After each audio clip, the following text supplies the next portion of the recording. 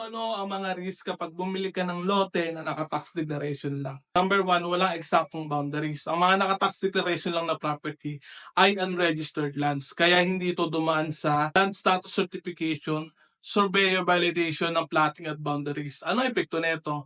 Pwedeng magka-overlapping ng lupa sa kapitbahay. No? Kapag nagpa-title ka, posibleng matuklasan na lumampas ka sa ibang lote. Number two, land grabbing. Kahit pa ilang tax declaration ang hawak mo, hindi ito patunay ng ownership. Paano kung biglang may dumating na may hawak sa title?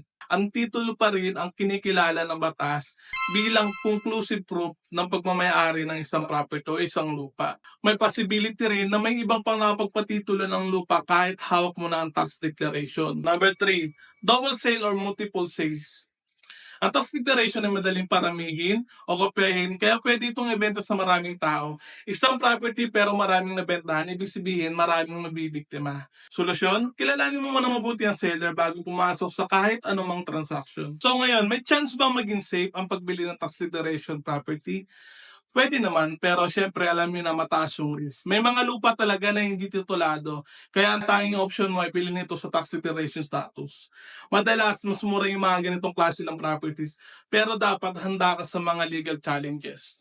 Kung interesado ka mag-invest sa mga property na walang ganitong risk, comment silang Dasma and Trece, and I will send you a list of value for money properties for those areas.